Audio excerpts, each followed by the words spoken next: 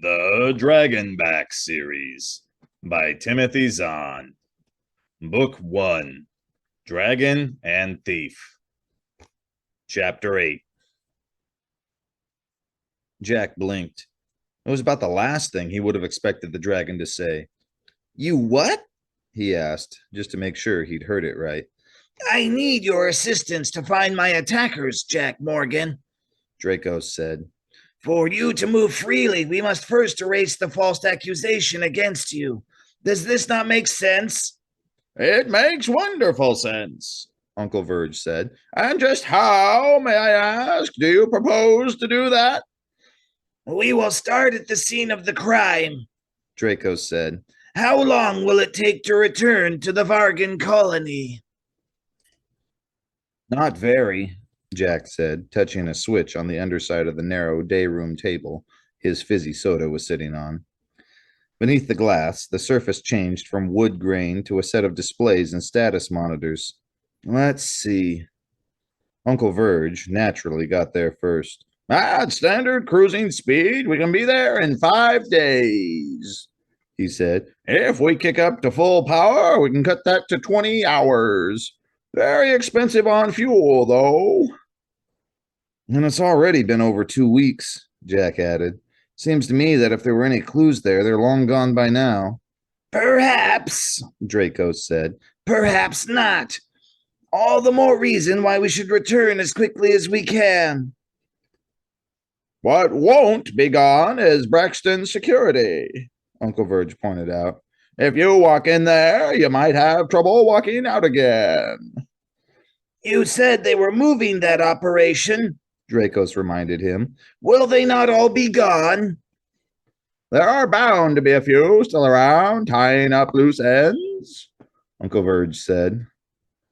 "Anyhow, the cargo was fine when I left there," Jack pointed out. "It is still the place to start," Draco said. "Jack," Uncle Verge prompted, "it's your decision." Jack chewed his lower lip. He honestly couldn't see what good it would do them. Still, they had to start somewhere. And Vagran was probably the last place anyone would expect him to show up. "Sure, why not?" he said with a sigh. "Then it is decided," Draco said firmly. "We must change course immediately." "Not so fast, friend," Uncle Verge said. "I seem to remember you saying something about trading secrets. But so far, Jack and I have been doing all the talking. It's your turn now." The tail tip was making slow circles again, a sign of the dragon thinking. "Very well," Draco said at last. "You know that our ships were attacked and destroyed. What you do not know is that we were only an advance team." The skin at the back of Jack's neck prickled. "Advance team for what?" he asked carefully. "For the Kada and Shantine peoples," Draco said. "Refugees from our war with the Valaga." It took Jack 3 tries to get any words out. "Did anyone know about this?" he asked, trying to sound casual. "I mean, anyone official?" "And any Orion armed government, Anternos or otherwise," Uncle Verge added. "We dealt with representatives of a people called the Cheetah Nomads," Draco said. "They assured us that world was not being used and would be available for purchase." "Uh-huh," Jack muttered under his breath. "Uncle Verge?" "I don't know, lad," the other said hesitantly. "On official records, Iota Clestes belongs to the Triost mining group. Still, they don't seem to have done anything with it for 30 years or more. I'm afraid I'm not up on current land use law, so I can't tell you when a claim like that lapses." "Either way, I doubt the Cheetah Nomads had the rights to sell it," Jack concluded. Typical Cheetah stunt.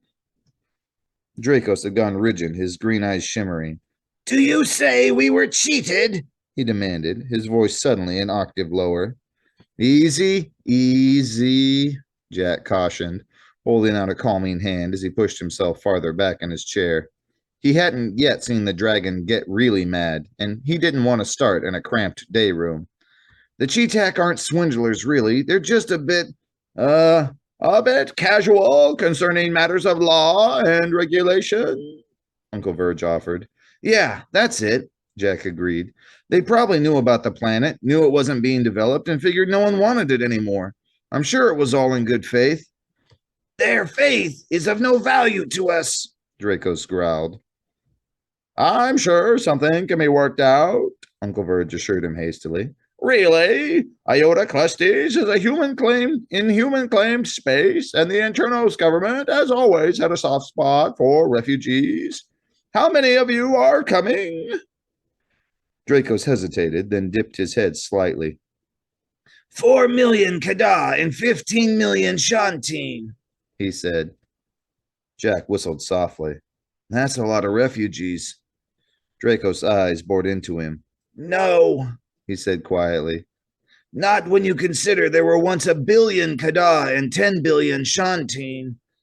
Wait a minute, Uncle Verge said. Are you saying they're all coming? All that remain, yes, Draco said. Rather than let the Valaga destroy us, we made the decision to flee from the lands we loved. His mouth opened slightly, his sharp teeth glittering in the subdued light. The world where my comrades died was to be our new home. Jack swallowed hard. No wonder Dracos was scared. Except that the Valaga know you're coming. Dracos's tail twitched. Yes, he said. And despite our caution, they have somehow learned our precise destination. And now that the advance team has been eliminated? Uncle Verge asked.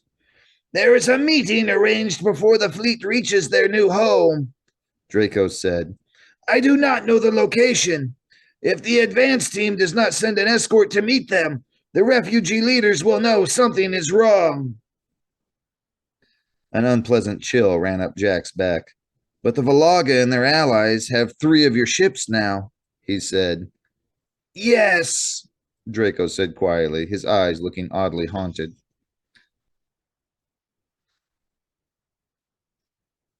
And from the ships, they surely have learned the location of the meeting.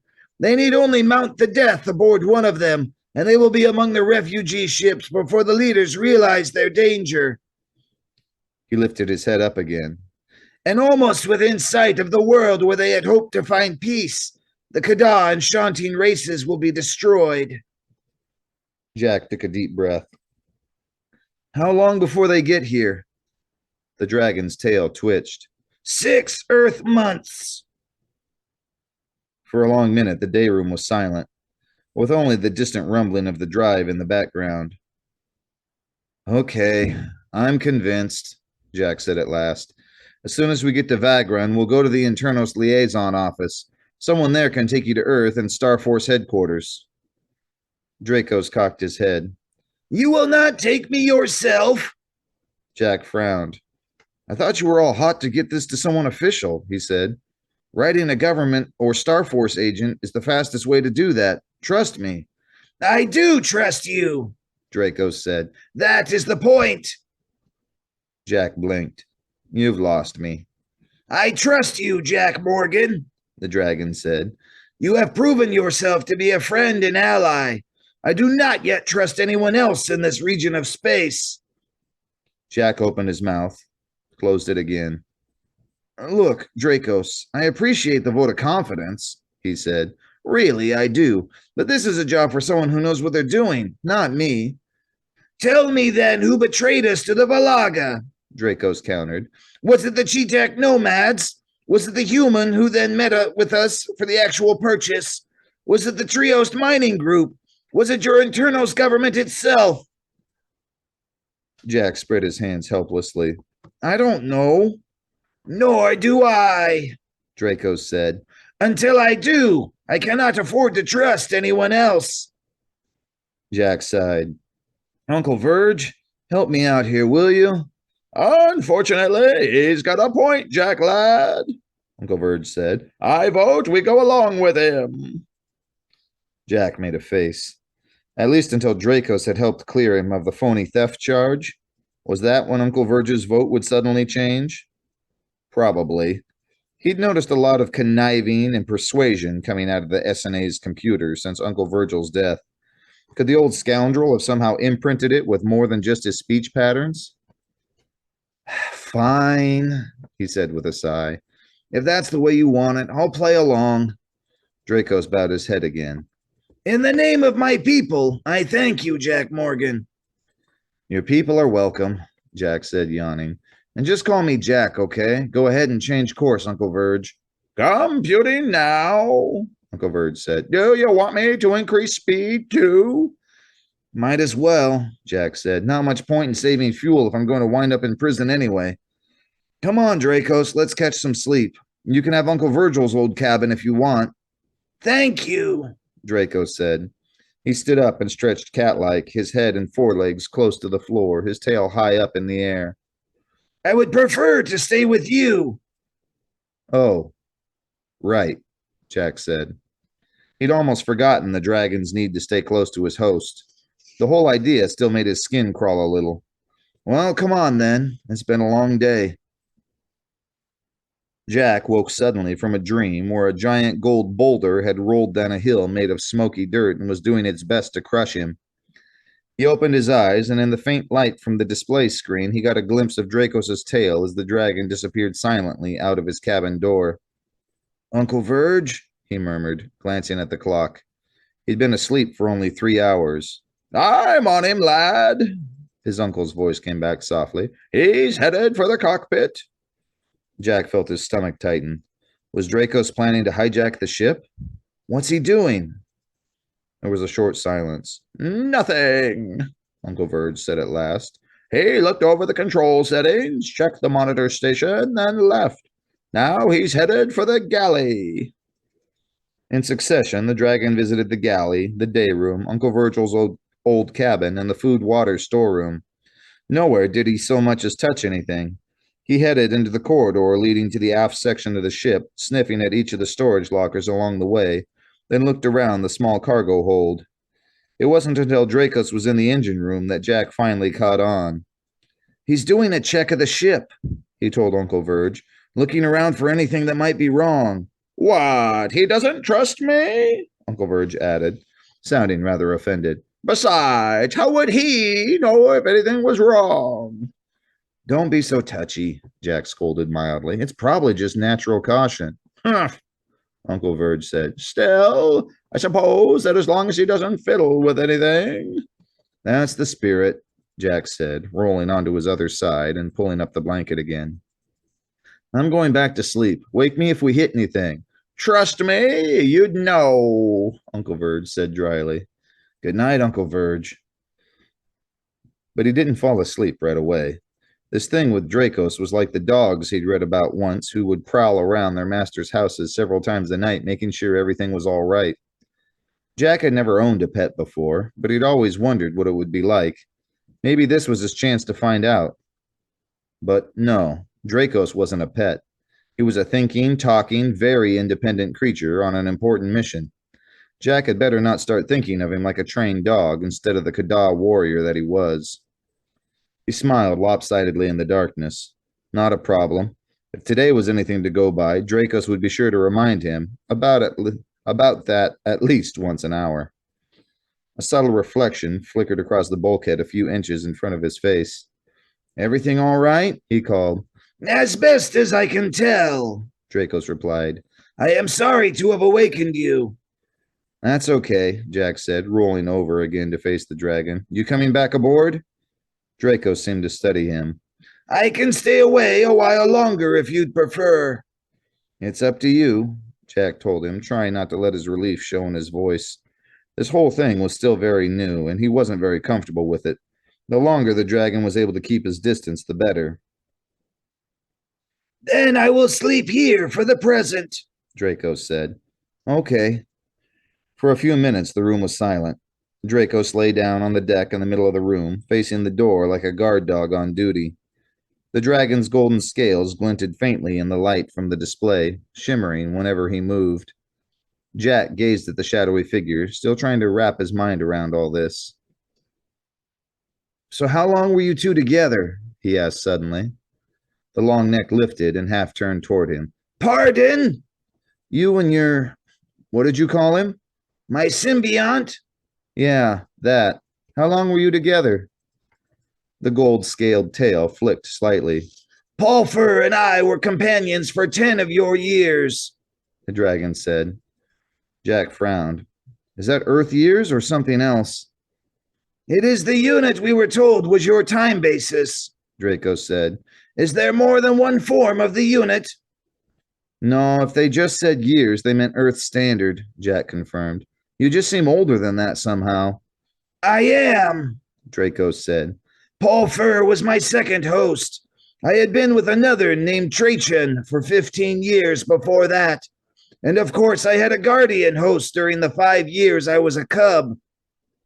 Ah, Jack said. So the Kada was somewhere around 30. That seemed more reasonable. He wondered if that was considered young or old for their species. So what happened to Trajan? You two just split up? Shantine and Kada do not split up, Draco said stiffly. He was killed in battle with the Valaga. Oh, Jack said, grimacing. Sorry, I didn't mean to, you know. It is all right, Draco said quietly. At least I was able to mourn him properly. With Palfer, a proper farewell is not yet possible. I'm sorry, Jack said again, feeling embarrassed and depressed at the same time.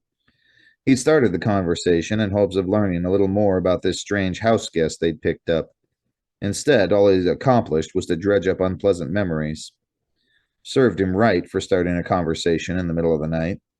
I guess I should let you sleep now, huh? He added lamely. And you must be tired as well, Draco said.